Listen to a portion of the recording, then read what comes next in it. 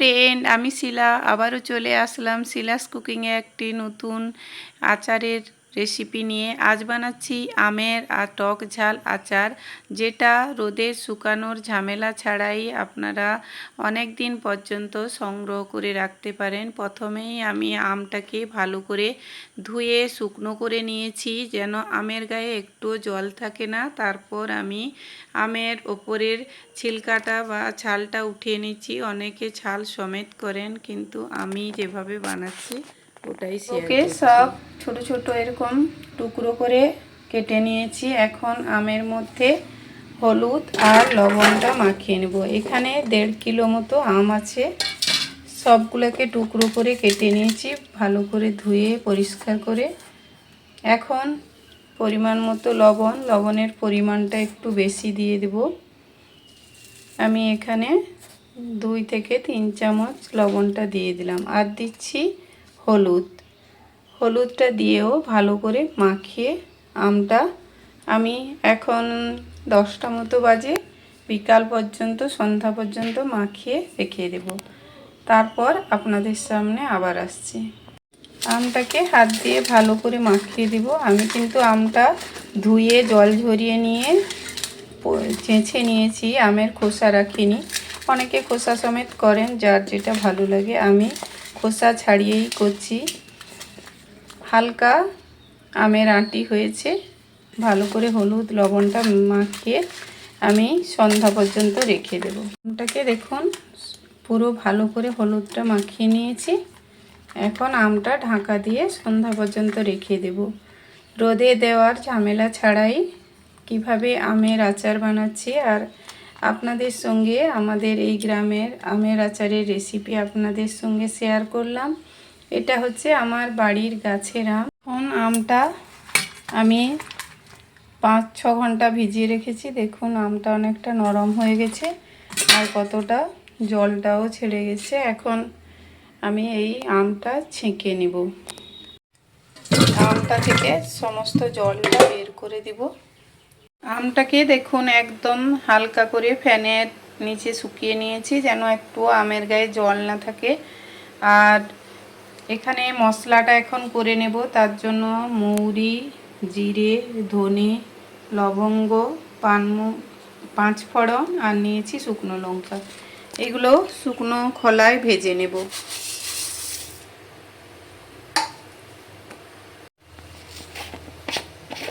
আর দিচ্ছি 2 চামচ মতো জোয়ান, নিতে ভুলে গেছিলাম তাই নিয়ে নিলাম। খুব বেশি লাল করে ভেজে নেব না, হালকা করে শুকনো খোলায় ভেজে নেব।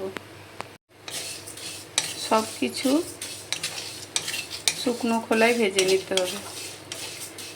যার যেরকম পরিমাণ আমটা থাকবে শুকনো হওয়ার পরে সেরকম মশলাটা নিতে হবে। দেখুন একটা চড়চড় আওয়াজ হচ্ছে।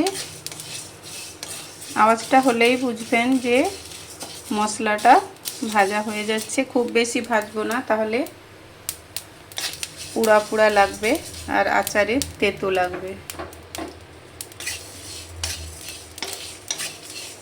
সুন্দর একটা ভাজা ভাজা হালকা গন্ধ বেরিয়ে গেছে। এখন আমি নামিয়ে রাখবো। নামিয়ে রেখে ঠান্ডা করে নিয়ে তারপর একটা গুঁড়ো করে নেব। কড়াতে আমি সর্ষের তেলটাও গরম করে নিব। এখানে আমি 500-300 বা আমি 400 গ্রাম মতো তেলটা গরম করছি। তারপরে লাগলে আবার দেব। তেলের মধ্যে দিচ্ছি তেজপাতা আর 2টো এলাচ। এলাচগুলোকে ফাটিয়ে নিচ্ছি।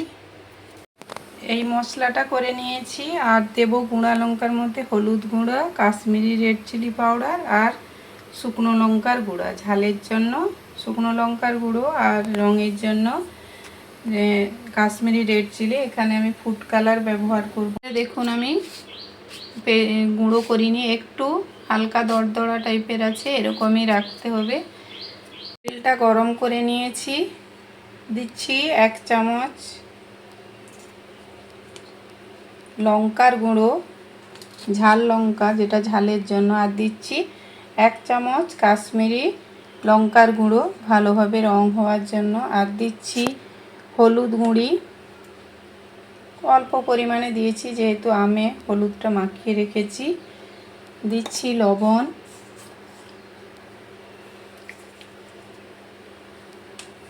দিয়ে ভালো করে দেখুন তেলের মধ্যে খুব সুন্দর কালারটা চলে এসছে। এখন দিচ্ছি গুঁড়া করা মশলাটা দিয়েও তেলের মধ্যে ভালো করে মাখিয়ে নেব।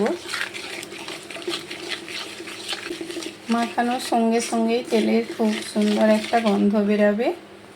এখন আমগুলো দিয়ে দেব, দিয়ে ভালো করে মাখিয়ে নিতে হবে।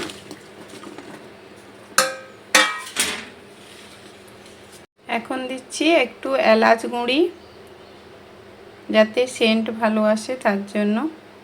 আচারটা দেখুন ভালো করে মশলার সঙ্গে মাখিয়ে রাখার পর আমি একটু মাখা করেছি, আবার পরে একটু তেল দিয়ে দিব।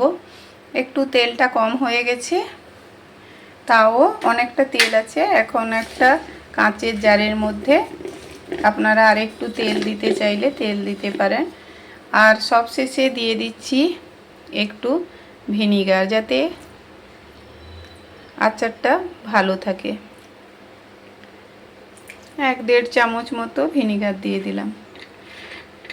লবণটা একটু, এই আচারটা হালকা 1 চামচ মতো আমি মিষ্টি ও চিনিও দিয়েছি, একটু মিষ্টি মিষ্টি ভাব আসবে।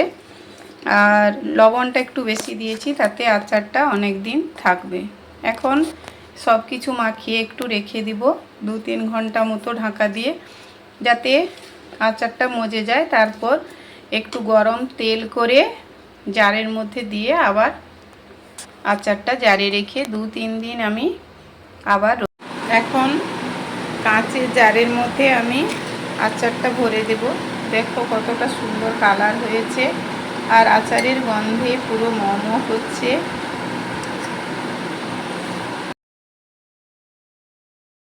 আচারটা পুরো আমি জারের মধ্যে ভরে নিয়েছি, কাঁচের জার। এবং আচারটাকে এমনভাবে ভরতে হবে যাতে আচারের দেখুন একটুও ফাঁপা জায়গা বা হাওয়া না থেকে যায়, তাহলে আচার ফাঙ্গাস হয়ে যেতে পারে। এখন আমি রোদে দিতে থাকবো, আর রোদে দিলে আরও আচারটা, এখন অনেকটা ভর্তি করে দিয়েছি, দেখবেন আচারটা কমে যাবে আর ওপরে তেলটা চলে আসবে।